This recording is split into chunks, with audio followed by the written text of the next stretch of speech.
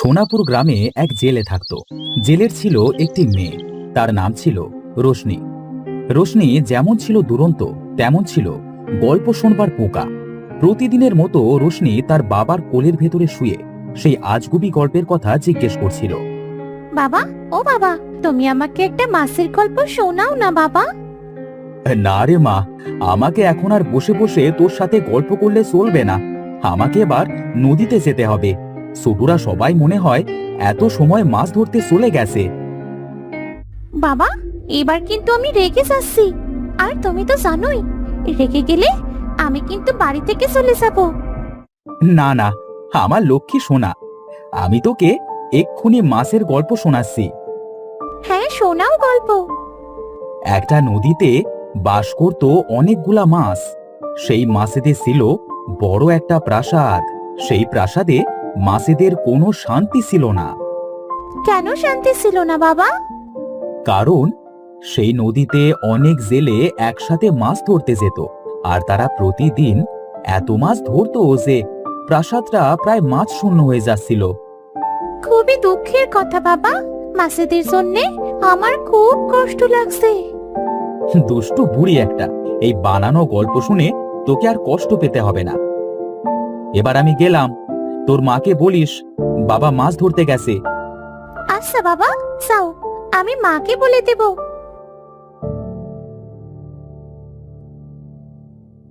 প্রতিদিনের মতো রতন জাল নিয়ে বাড়ি থেকে বেরিয়ে গেল নদীতে মাছ ধরতে। সে নদীতে পৌঁছে দেখল ছোটু সহ আরো অনেকে এসেছে সেখানে। রতন গিয়ে ছোটুকে বলল, ছোটু, আজ একটু দেরি হয়ে গেল আসতে। তুই তো জানিস মেয়েটা আমার বড্ড জ্বালাতন করে। ভাই, সেই কখন থেকে আমরা তোমার জন্য অপেক্ষা করছি, সেটা কি তুমি জানো? আচ্ছা আচ্ছা, এবার সবাই যে যার মতো জাল ফেলতে লাগো। শোনো ভাইরা, তোমরা নৌকাটা নিয়ে এদিকে যাও, আর আমরা এই দিকটায় যাই। জেলেদের সব কথা নদীর ওপর থেকে একটা মাছ শুনে সে সাথে সাথে পানির নিচে চলে গেল। পানির নিচে তাদের মাছের প্রাসাদে গিয়ে মাছটি বলল, তোমরা সবাই সাবধানে দেখো, নদীতে অনেকগুলো জেলে এসেছে। তারা দুদল নৌকোয় করে দুদিকে ভাগ হয়ে গেছে। কি বলছো সোনালি মাছ? তাহলে তো আজ আমাদের প্রাসাদ থেকে বাইরে বের হয়ে যাবে না। আমরা সবাই চলো প্রাসাদের ভেতরে মাছরানীর কাছে গিয়ে কথাটা বলে আসি। তারা সবাই একসাথে মাছের রানীর কাছে গেল। মাছের রানী তাদের সবাইকে এক জায়গায় দেখে বলল, কি হয়েছে? তোমরা সবাই রাজসভায় কি করছো? রানীমা, নদীতে অনেক অনেক জেলে এসেছে মাছ ধরতে। আমাদের সবার প্রাণের সংকট রয়েছে, তাই আপনার কাছে জানাতে এসেছি যে আমরা এখন কি করব রানীমা। এই জেলেরা আমাদের পূর্বপুরুষ সহ আরো অনেক মাছ ধরেছে, তাই তো সবার নিরাপত্তার কথা ভেবে আমি এই মাছের প্রাসাদটা তৈরি করেছি। আজ থেকে তোমরা সবাই সাবধানে থাকবে। রানীমা, তাহলে আমরা খাবারের জন্য কি বাইরে বের হব না? জেলেরা যত সময় নদীতে থাকবে, তোমরা সবাই এই সময় মাছের প্রাসাদেই থাকবে, বাইরে বের হবে না। যখন চলে যাবে তখন খাবারের খোঁজে বের হবে, কেমন? এখন তোমরা এই প্রাসাদ থেকে বের হয়েও না, যে যার মতো প্রাসাদের ভেতরেই থাকো। নদীর সব মাছ সেই প্রাসাদের ভেতরেই থাকলো। যত সময় জেলেরা নদীতে মাছ ধরছিল তত সময় কেউ প্রাসাদ থেকে বাইরে বের হলো না। এদিকে জেলেরা একের পর এক জাল ফেলেও যখন তাদের জালে একটিও মাছ উঠছিল না, তখন তারা হতাশ হয়ে বসে পড়ল। সেই কখন থেকে মাছ ধরছি, কিন্তু জালে তো একটা মাছও উঠছে না। আজ মনে হয় আমাদের জালে একটা মাছও উঠবে না। ভাই, আজ বাড়িতে ফিরে চলো, দুদিন পরে আসবো। এবার কিন্তু সকাল সকাল আসবে রতন ভাই।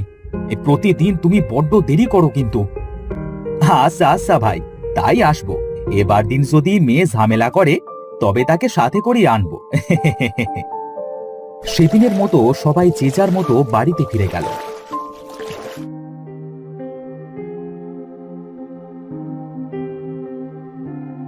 বাবা, মাছ কই?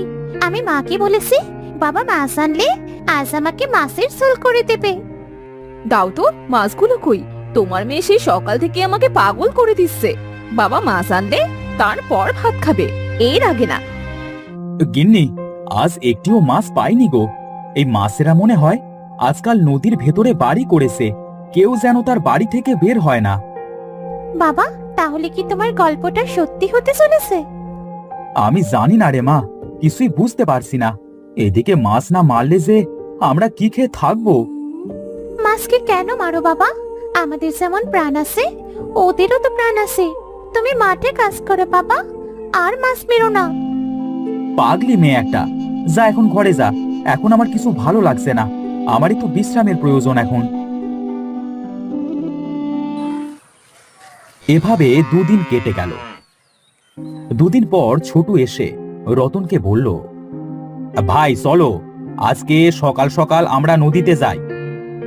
হ্যাঁ ভাই চলো, আমিও কেবল বের হচ্ছিলাম। দাঁড়াও বাবা, আমিও আজ তোমার সাথে যাবো। আমি কোনোদিনও মাছ মারা দেখিনি বাবা। ভাই, এই মেয়েকে আজকে সাথে করে নাও, মাছ মারা দেখলে ও খুব আনন্দ পাবে। আচ্ছা চল মা, তাহলে আজ তোকে সাথে করেই নিয়ে যাই। তারা সবাই একসাথে নদীতে গেল। নদীতে গিয়ে দেখলো বাকি জেলেরাও চলে এসেছে। তারা যখন নদীতে জাল ফেললো, সাথে সাথেই জালে অনেক মাছ বাঁধলো। জেলেরা তো খুব খুশি হলো। দেখ মা দেখ, তুই তো দেখছি আমাদের জন্য বেশ লক্ষ্মী। কত মাছ আজ জালে উঠেছে দেখেছিস? হ্যাঁ বাবা, তবে মাছগুলো পানিতেই মানায়।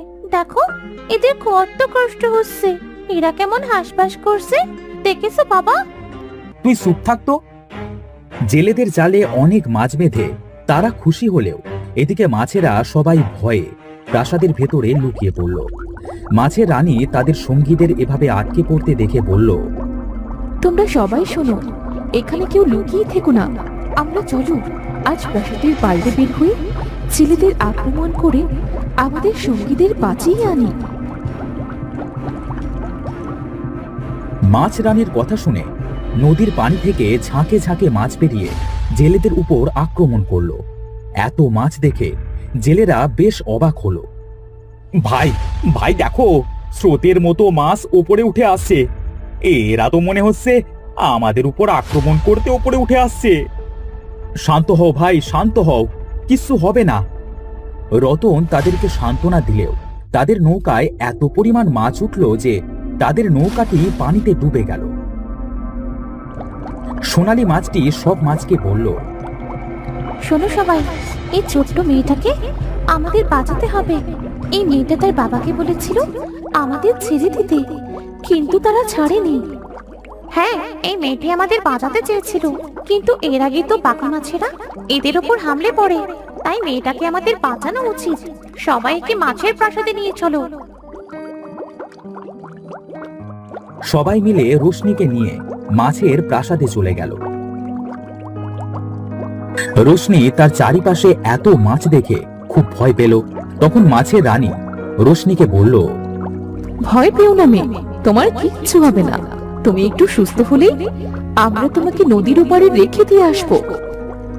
আমার বাবা, আমার বাবা কোথায়? আমার বাবাকে তোমরা কি করেছো? আমার বাবাকে এনে দাও। তোমার বাবা কোথায় সেটা আমরা জানি না। তুমি খুব ভালো মেয়ে, মাছেদের প্রতি তোমার মায়া আছে, তাই তোমাকে আমাদের এই মাছের প্রাসাদে এনেছি। আমার বাবাও অনেক ভালো, অভাবের জন্যে হয়তো মাছ মারে। আমাদের সংসারটা ভালোভাবে চললে আমার বাবা কখনো তোমাদের মারতো না। তোমরা দয়া করে আমার বাবাকে এনে দাও। তোমার জন্য তোমার বাবাকে আমরা ফিরিয়ে দিচ্ছি, না হলে কখনো তাকে এই নদী থেকে ফেরত দিতাম না। বাবা, তোমাকে কতবার বলেছি তুমি মাছ মেরো না বাবা। আজ যদি তোমাকে হারিয়ে ফেলতাম তাহলে আমার সাথে কি গল্প করতো বাবা? মারে, তুই তো জানিস অভাবের জন্যই আমরা মাছ মারি। রানীমা, আমাদের সঙ্গীদেরকে দয়া করে ছেড়ে দিন। আমরা আর কোনোদিন এই নদীতে মাছ ধরতে আসবো না।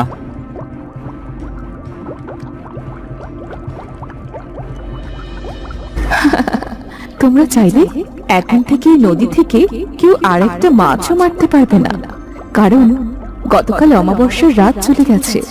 সেই রাতে এই নদীর মাছেরা এক অলৌকিক শক্তি পেয়েছে। মানে তুমি কি বলতে চাইছো? এই নদীতে যেই মাছ আসবে সবাইকে মেরে ফেলবে? না, এই দেখো, তোমরা যেখানে আছো এটা একটা মাছের প্রাসাদ। এখান থেকে নদীর সব পানি এই মাছের প্রাসাদের ভেতরে চলে আসবে। মাছেরা এখন থেকে আর প্রাসাদের বাইরে যাবে না। হ্যাঁ, এর জন্য এখন থেকে কেউ আর নদীর মাছ ধরতে পারবে না। আজ থেকেই মাছের প্রাসাদটা খুব বড় হয়ে যাবে, একদম নদীর সমান। নাও তোমার সঙ্গীদের। সঙ্গী হারালে কেমন লাগে এবার বুঝতে পেরেছো তো? জি রানীমা, আমরা বুঝতে পেরেছি। সোনালী মাছ, এদের সবাইকে একবার করে স্বর্ণের মুদ্রা দিয়ে দাও, যেন বাকি জীবনটা এরা সুখে কাটাতে পারে। মাছের রানী, তুমি তো অনেক ভালো, তোমাকে অনেক অনেক ধন্যবাদ। আমরা সারা জীবন তোমার কথা মনে রাখবো। হ্যাঁ মিষ্টি মেয়ে, এবার তোমরা আসতে পারো।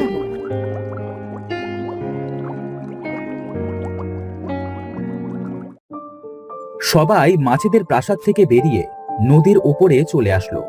ছোটু হাঁপ ছেড়ে বলল, ভাই ভাই, আজ খুব বাঁচা বেঁচে গেছি। আর কোনো দিন এই মাছ মারবো না। সবাই যে যার মতো বাড়ি চলো।